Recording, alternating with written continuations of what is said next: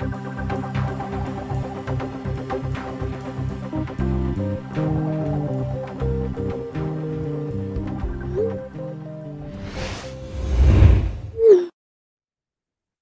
right, welcome back to the Growing Band Director Podcast. This is episode number 164. I'm here with Tom Lizotte, one of my mentors, and we're talking about programming and using music between grades 3 and 5. T, how are you? I'm doing great. Fine. How about you? Good. I hope people enjoyed the last one that we did. There was some great music on there. The way we're going to do this is we're going to do 3 programs here: a grade 3 program, a grade 4 program, and a grade 5 program. But can you talk a little bit about like why we should mix and match and maybe shouldn't play all grade 5, even if your band can? You need to take a look back, take a look at the entire program and how it fits with the amount of rehearsal time you have, the ability level of the group. It's easy to get enamored with a certain piece, and all of a sudden you're programming, 3 grade 5 pieces or whatever. And there's nothing wrong with doing literature that's technically not say a grade 5 level or grade 4 level. There's nothing wrong with those pieces that are in the grade 3 or even grade 2 area. It's how it fits in terms of the flow of the program and what you can accomplish in the amount of rehearsal time that you have. So I have no problem in mixing and matching grade levels. Matter of fact, I never really ever looked at grade levels when I was programming. It's just how it fits your kids, right? Like, Yep. match your kids up with that piece and can they grow into it? And, think of, we're both trumpet players, but everybody listening, think of your main instrument. Do you want to sit and play the hardest piece for trumpet like all day when you practice? Or is it nice to have some challenge, but also work on something that's just really pretty? Well, yeah. And then Kids are the same. that aspect of programming too is I think the most important is like what is the mellow piece and how well you play it. I do a lot of judging, and whether it be a concert band or a marching band or a jazz band, the thing that I'm looking most at is how do they handle the ballad? How do they handle the quiet moments? Because that is a real indication of what kind of teaching is going on. If there's a great wind ensemble sound that's being created, great characteristic tone, and a good sense of line and expression, then that is a thing that I think is more important than really getting hung up in the motor impulse things that we have a tendency to get hung up in sometimes. And it's so easy to put our worth in how the level of difficulty for our kids. Like, I'm a good teacher because my kids are playing whatever. And so if people are going through that, like I've been through that, where did you ever go through that? Yeah. Yeah. So you kind of get to a point on the other side where you're like, it's nice to challenge them on notes and rhythms sometimes, but it's also really nice to just make great music, and they appreciate it too, kids. It's just interesting in my teaching career. With each passing year, I would say probably the last 5 years that I taught public school, I had like fewer and fewer notes in the programs that I was putting together, because at a certain point in time, it becomes a little bit less interesting. The whole thing of the motor impulse or the drilling you have to do to get that stuff to sound great. Yes, it's impressive, but sometimes it's a little empty. And just because a piece is a grade 5 piece does not mean that it's any better than a grade 3 piece. As a matter of fact, it might be inferior. So the quality of the thing is very, very important in the overall scheme of things. But so is that providing the opportunity for the band to be really, really expressive. So the first piece we're going to listen to, this is our grade 3 program. This piece is called Charm by Kevin Putz, and it's probably about 10 years old or so. I heard it Midwest once, and somebody recommended it as well. This is almost a 4. It's like 3.5. So this is a harder opening. What's another opening piece? I'm putting you on the spot here. Say people weren't doing Charm and they thought this was kind of hard. What's another piece you could start a grade 3 program with? Well, I'm really nuts about Carl King marches. So you're going to get a Carl King march, and that would be Circus Days. Yeah, love it. If I'm in a festival situation, we can talk about festival program for a second here. If I'm in a festival situation, what my strategy was always that to make the march be something that's great quality but very accessible, and then the second piece to be a mellow piece. So in the first 2 pieces, really demonstrating that you're playing these pieces like at a very, very high level. And then when you get to the focus piece, the third piece, there are going to be certain blemishes that judges will accept after you've established in their mind this group plays really, really well. And I think of seeing all the concert bands I have in festival down through the years, the single most common mistake is how people what they program for a march or an opener, because if the impression is anything less than great at the very, very beginning, you've set in the judges' minds and the audience's mind, yeah, this is a pretty good band, but it's not a great band. But if you go out there and it's all of a sudden, oh my goodness, this is really, really impressive, and you do it with a good piece of music, then that's going to be something that's going to get you very much along the lines you want to get. So the reason people would do charm is if they had strong brass section. Doesn't go, I think it like goes up to an A once very quickly for trumpet, but it's basically up to concert F for trumpets and trombones. So the brass section needs to be strong, especially trumpet, trombone, and the percussion section needs to be strong. But one reason I love it is because the entire thing's in 7/8, almost exclusively 2+2+3. Yes, and there's an infectious groove to 7/8, obviously, that I think makes this piece very, very attractive. Yes, it is a motor impulse piece, but it's a great, great way to get yourself involved in multimeter kind of things. And 7/8 is something, in essence, being a dance rhythm that is very, very infectious, and the groups I think would really relate to. Yeah, and I think you can get the audience to clap at the end of this too, because there's a lot of clapping. Absolutely, Yeah. just as long as they're in time. Right, here's Charm by Kevin Putz.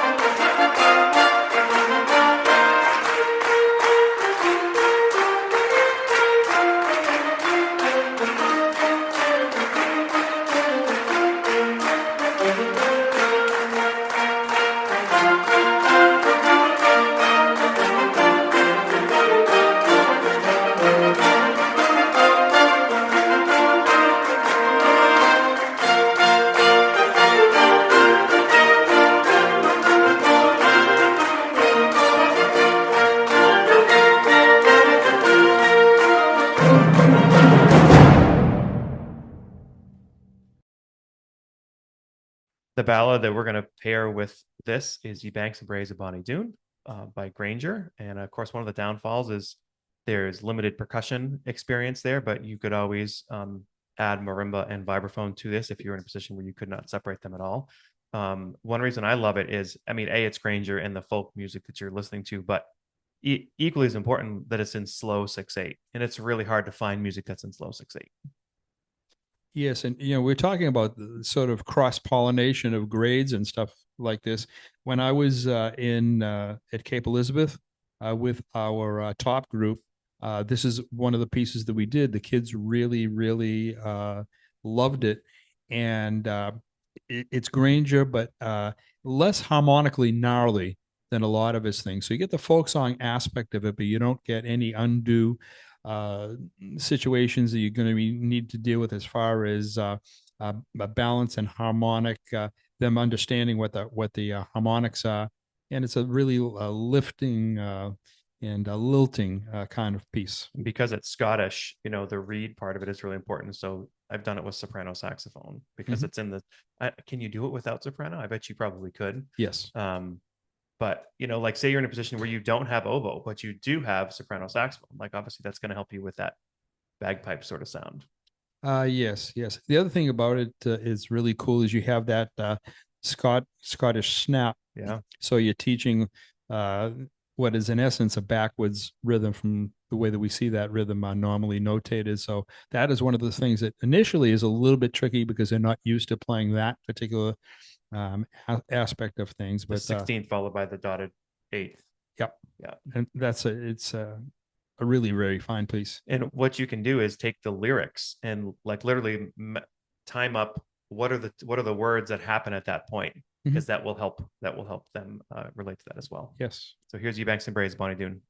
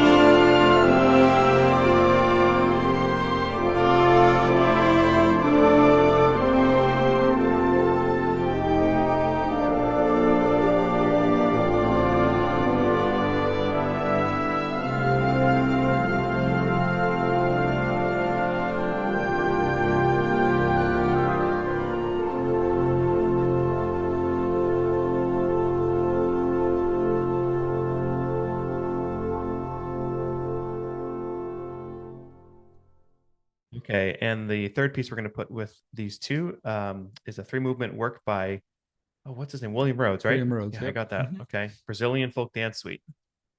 I love this piece, and it was a piece that I did very often with the second band at Cape. And the beautiful thing about this is that there is such a percussion involvement. Not difficult percussion parts, but coloristically, it's interesting. And particularly if you're in a situation with a younger group that you don't want the percussionist just sort of sitting around while you play an a cappella ballad. This is something that really works well in getting young kids involved and engaged. Very, very accessible, very interesting music. Actually, I've done it more so as a middle piece, so it eliminates the potential ballad uh, issue that we talked about. And kids always gravitated towards it. If there was a piece that I needed to grab the band, it's like, okay, now we're going to do something that everyone's going to be involved in, everyone's going to enjoy. This is something that works really well. Okay, so now we're on to the grade 4 program. We're going to open this with a piece by Brian Beck called Lyadov Fanfare. And we love this. These are themes from the Russian composer. Oh, Lyadov. I probably should look up his first name. I don't know it. I'm sure he had a first name.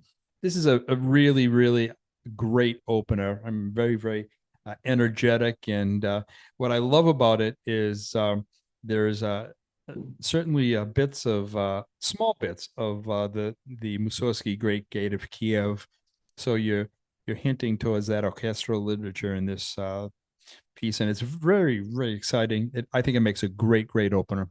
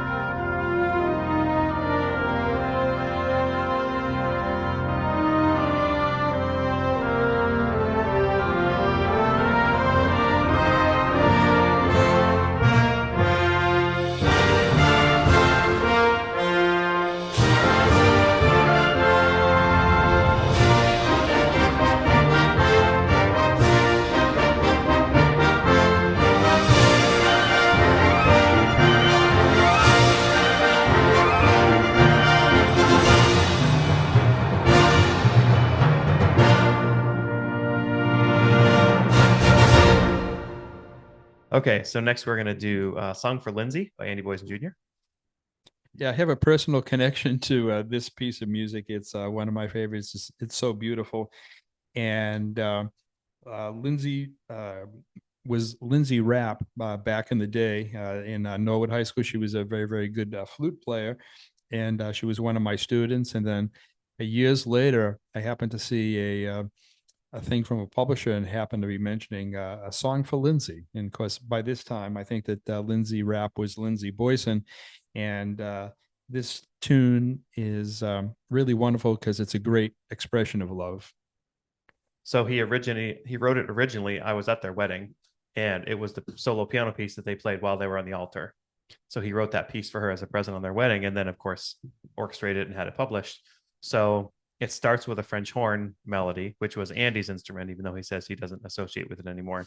And then the flute melody, Lindsay was a flute player, And then at the end of the piece, the melodies, the two instruments play together like they're kind of married.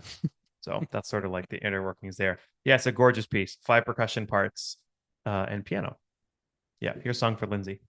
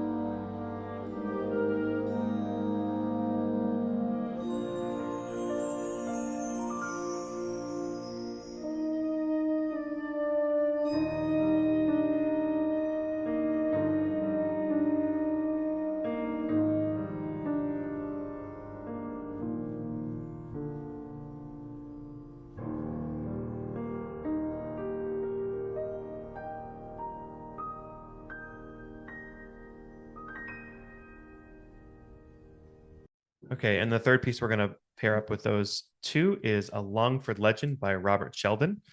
This has long time been a classic band work. I don't know what year it was written, but three movements, and it's just one of these pieces of music similar to TL you mentioned with Pierre LaPlante. It's a gift that keeps on giving. You just the piece gets better and better the more you work on it. It's just fabulous. It really doesn't. One of the things that I love about it is it kind of taps us into this uh, folk song tradition, and so it's a great. We have it listed as a grade 4, but you could certainly do it with a grade 3 band as a way to get yourself into some a little bit more involved grandeur. And it's very, very skillfully written. If you don't know Robert Sheldon's music, you ought to. He has been very prolific down through, it's probably about the last 20 years or so. A lot of music of a lot of value, very, very well crafted. This is a great piece. Here's A Longford Legend.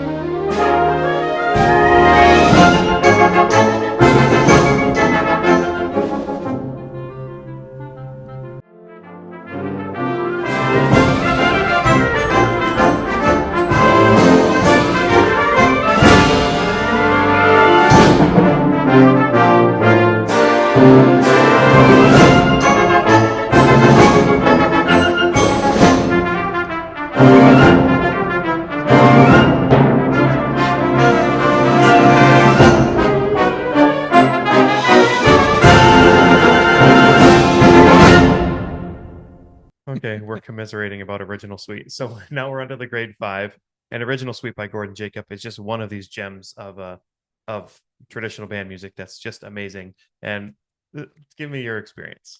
Well, Kyle, is it okay if I do a side trip? Sure. Okay, so the side trip is Robert Longfield, because he has done a slightly cut down version of this, which is very, very good. Matter of fact, if you haven't done any of his cut down versions, I think he did one on the E flat suite. There's several of them that are really, really excellent.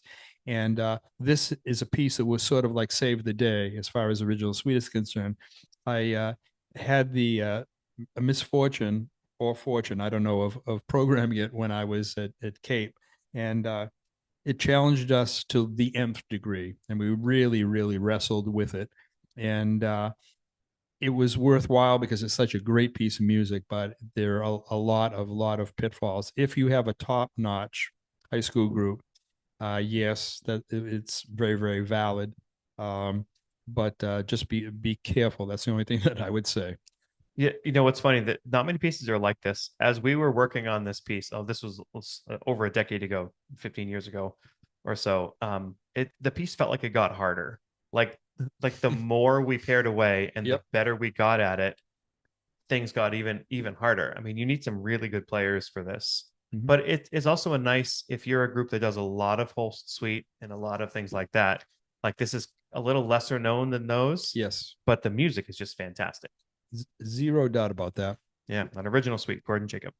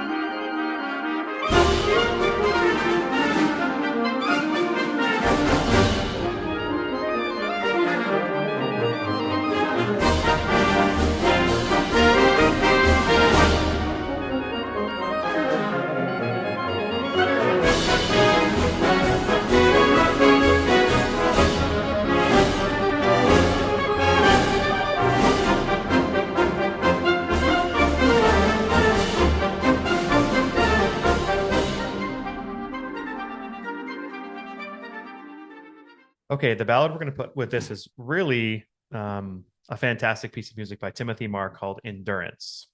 And it's written, there's a book by Alfred Lansing Mhm. called Endurance, which is the ship which was the Antarctic explorer in the early 20th century with Sir Ernest Shackleton. And he took this whole crew of men and dogs and food and all this, and they got, of course, they got stranded over, I'm forgetting all the details, 9 months. It's one of these heroic stories Mhm. of survival and saving people. And to the end, spoiler alert, nobody on the ship died over this like whole year being stranded in Yeah. Antarctica. And it's really a triumph of the human spirit and is really one of these special pieces. You know, you need a good piano player. I think it's 5 percussionists. You need two very good flute players. I forget what else. I don't think there's any other solos per se in there. I have not heard a piece like it. I'll say that it's not a traditional middle piece. It's extremely programmatic. It's about 11 minutes long. We'll play a few clips of it here. What was your impression kind of listening to it for the first time? Well, to me, it's a very, very cinematic piece of music. Very, very interesting in that way. You really get a sense of episode and the storytelling. Even if you didn't know the story going into it, there's like something going on. So there is that aspect of it. I think is really very, very attractive, and also very interesting coloristic choices that he makes, particularly in his use of the percussion, uh, makes wide use of that, and it really adds a bit of contrast and intrigue to all of this. It's a good piece.